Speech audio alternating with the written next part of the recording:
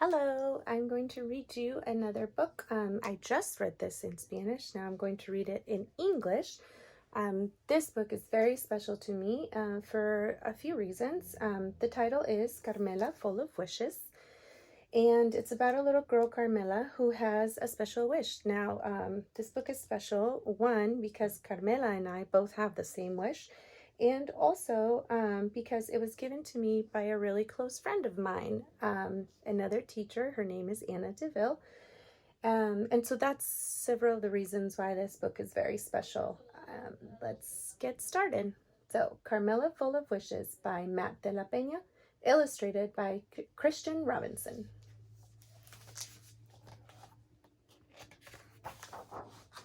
There's a note from Anna.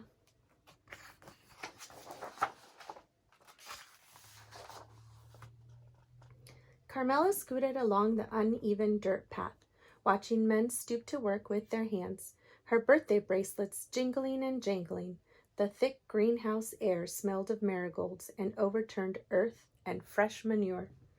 Carmela knew exactly what manure was, but she didn't want to think about that. Not today.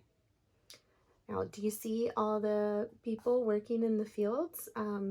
My family used to do that, and I did that as well. This was years ago before I went to college and became a teacher. That's what we did. Today she awoke to candles in her pancakes, and her mom sang "Happy Birthday to You" and told her, "Go on, mija, make a wish." But Carmela's wish had already come true. She was finally old enough to go with her big brother. Look at all the beautiful colors. Carmela followed as he cut back onto the street at Freedom Boulevard, past the crowded bus stop and fenced-off repair shop, past the old folks' home where two hunched old women waved smiles, past the huge home improvement store where her dad used to stand around weekend mornings waiting for work.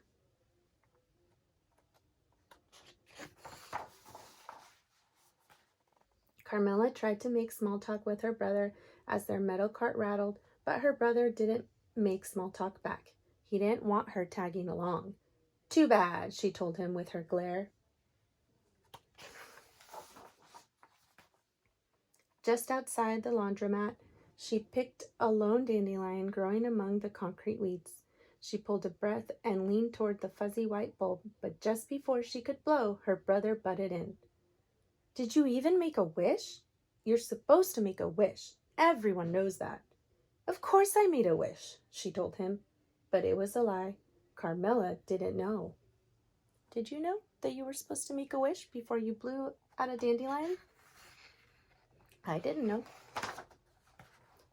Carmela helped her brother sort colors one-handed, helped him load the washers one at a time. While their clothes spun, her imagination turned, each new thought ushered in by a jingle of bracelets.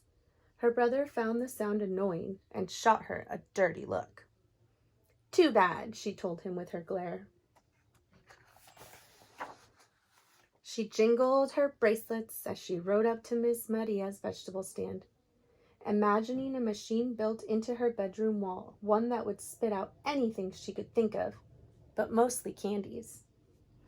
You see, that's her machine that she wishes she could have. I like that it's made from papel picado. Do you know what that is?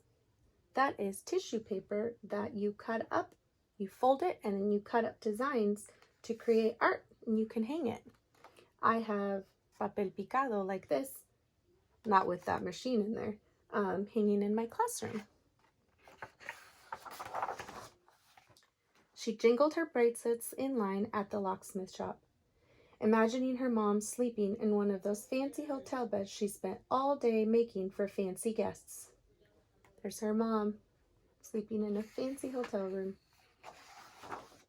She jingled her bracelets at the bodega down the block from their old apartment building, imagining her dad getting his papers fixed so he could finally be home. Now, this is the wish that Carmela has, and this is the same wish that I have for me and my dad. She jingled her bracelets outside the pharmacy, eyeing the shiny new bikes in the window. Her brother stopped in his tracks. "Why do you have to be so annoying?" She thrummed her bracelets at him and said, "It's a free country." The only time she didn't reach for her bracelets was when her brother ducked into his friend's house. Carmela slumped down on the curb, silently imagining all the things she could turn him into. The slimy pink tail of a rat, a cockroach scurrying away from the light, a wheelbarrow full of manure left in the sun. Oof.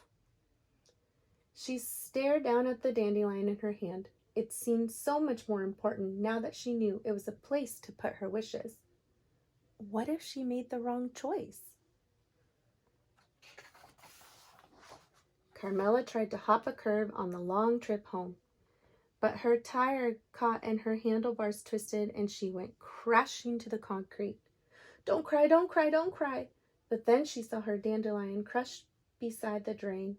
She looked up at her big brother, warm tears rolling down her cheeks. He lifted up her scooter. "You okay?" She shook her head and pointed. "My wish." Oh, poor Carmela looks so sad.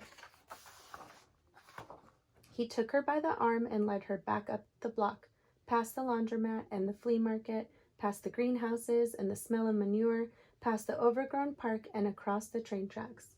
He didn't stop until they made it to an abandoned farmhouse near a cliff overlooking the sea. "Close your eyes," he said. Carmela closed them. "Now make your wish," he said. Carmela listened to the ocean's hum in the distance. She listened to the squawking birds. She listened to the wind whistling past her ears. Then she opened her eyes. She saw hundreds of tiny white spores lifting into the air, floating out toward the far-off surf. The sky was full of wishes. Look how beautiful that is. Do you see all the dandelions and all the little spores? She's imagining they're all wishes. "Let's go," her brother said. "Don't you want to know my wish?" she asked.